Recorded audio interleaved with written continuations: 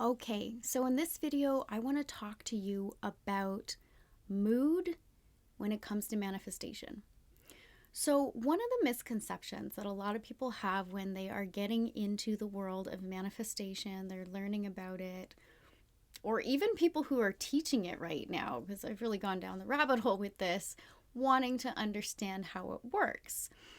One of the things that I've noticed is that there's this conversation about how mood impacts your ability to manifest the things that you desire in your life. Now, this does make sense within the mindset of, okay, if there are certain things that I want, and I've been told time and time again that I need to live in the end. That's a Neville Goddard quote. So if you're interested in learning about manifestation, Neville Goddard is a great place to start. He's a little bit woo-woo. He uses a little bit of religious terminology. You can just take it with a grain of salt, but he's definitely a great place to start. He's got a lot of books and lectures. But essentially, living in the end is suggesting that we need to live in the vibe or the emotion associated with having what it is that we want. Now, the issue with that is that when we are navigating an identity shift, which is a huge part of what I believe manifestation is all about, it's about who we are becoming, who we are embodying, who's the person who can have the thing that we want, and then behaving in that way and thinking in that way.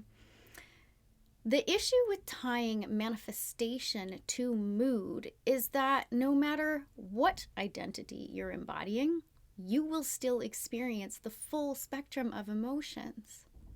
You will experience, think about it this way. Say you want to manifest a thriving business. So you need to start to shift into the identity of a successful CEO, whatever that looks like for you.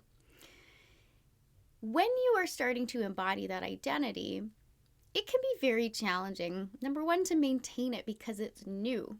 Right? Identity shifting can feel instant, and then we feel like we shift back again. That can happen. There can be wobbles.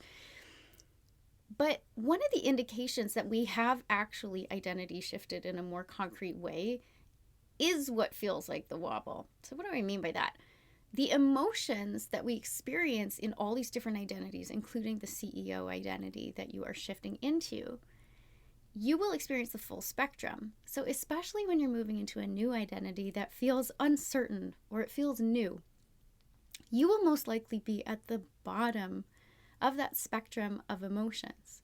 Now, I don't like to say negative or positive emotions. So if I say that in another video, forgive me. What I mean by that is challenging emotions, the ones that typically get labeled as negative, but I call them challenging emotions, and expansive emotions, which we sometimes label as positive emotions. None of the emotions are right or wrong. They just are. They are experiences. They're part of the human experience, and we are meant to experience them all. But when you are shifting your identity in order to manifest something, your mood will still fluctuate, and you are likely to experience challenging emotions as you are trying to more consistently embody the new identity, and it's unfamiliar to you. That can be challenging. That's where the wobble really comes in. So what's important to do is to focus on maintaining the frequency. Now, what the heck do I mean by the frequency? The frequency is not the emotion having a certain resonance. Like, I think perhaps there's science behind that, and I'll dig into it, but that's not what I'm speaking about. The frequency that I'm speaking about is essentially, it's a metaphor for the identity itself. Your frequency, for example, could be the frequency of leadership. I really like that one. When I shift into the frequency of leadership, that looks like the identity of being a leader, of doing certain actions, of having certain mindsets, and showing up in a certain way. As a person who is a leader and being in the frequency of leadership or the identity of leadership, I would still experience the emotions on the full spectrum. I may have incredible moments where I feel like I'm doing a great job. I'm teaching well, I'm leading well, I'm stepping into that powerful identity, and that feels really good. But I will also experience days, moments, longer periods where the emotion can feel quite challenging. I'm still in the identity or frequency of leadership, but I don't feel like I'm doing a good job, or things aren't going as planned, or people are not following my lead, whatever it may be. The challenging emotion can still be felt, or it can be very neutral. You're just doing what needs to be done, and there is no dopamine hit because you're playing the long game as a leader, right? So the point is that the frequency is not actually the emotion. Now, I learned this from a mentor of mine, and it's important to make that differentiation. When we are taught instead to live in the end, which a lot of manifestation teachers will talk about, we're getting confused. The frequency of the identity versus the frequency of the emotion. If we only make moves and step into the identities that we need to embody in order to manifest, experience, hold, have the manifestations that we want, our desires, we will constantly feel like we're very far away from them or that we're losing them, because your emotions will change. They will fluctuate moment to moment, day to day. So we have to create a separation and understand the difference between the frequency that we embody and we maintain as much as possible. That takes practice. It's a skill. It's like a muscle that we build in the gym, and there's lots of tools that I will teach you in order to do that. And we separate that from the emotion. When we try to only embody high vibes, good vibes only, this is toxic positivity. That is where having a positive mindset is becoming faking it. It's becoming inauthentic. And the universe, the world around you, or simply the people in your world who may offer the opportunities to you, they can smell a rat.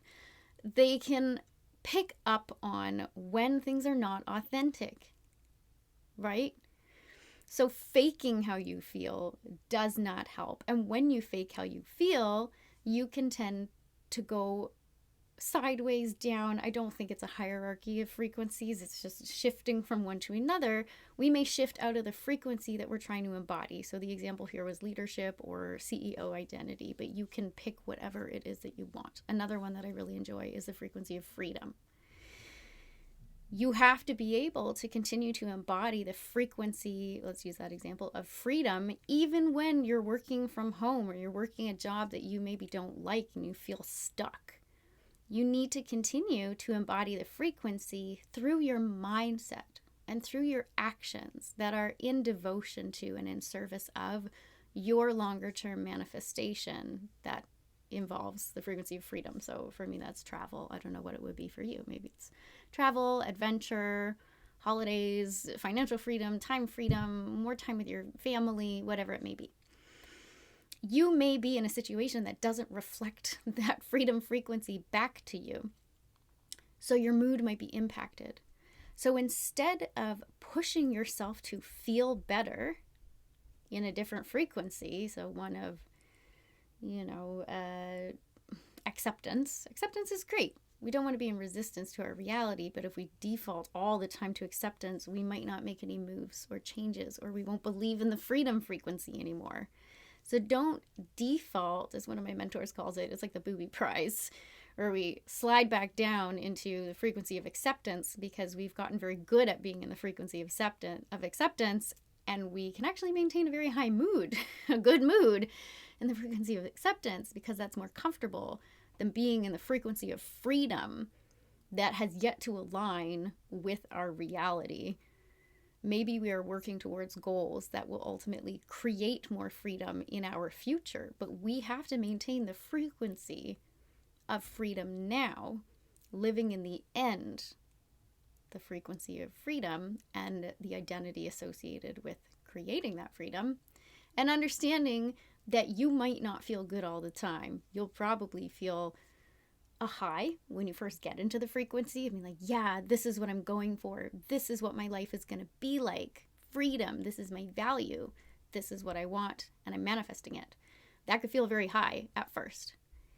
But then it's the practice of maintaining being in the frequency without getting discouraged with A, your 3D reality not reflecting it back to you yet, and B, being in a mood where we might not feel good because our reality isn't reflecting it back to us yet. So I think of the example of being stuck in a job that you don't like, right? While you're building your business on the side, whatever it may be. Or you're waiting for your holiday time off, so you have to wait. But maintain the frequency of freedom. So I hope this is helpful, understanding that your mood is not the same as the frequency, and we'll learn more about it, about how to get into certain frequencies, how to maintain certain frequencies, and what to do when the emotions arise so that we don't slip into old patterns and into the old frequencies, which in my opinion just means identity, right? Slipping into the old identity. So I hope this was helpful. Thank you so much for your time and your attention. Feel free to go back and rewatch this or speed it up, slow it down, whatever you need to do. And I will see you in the next one.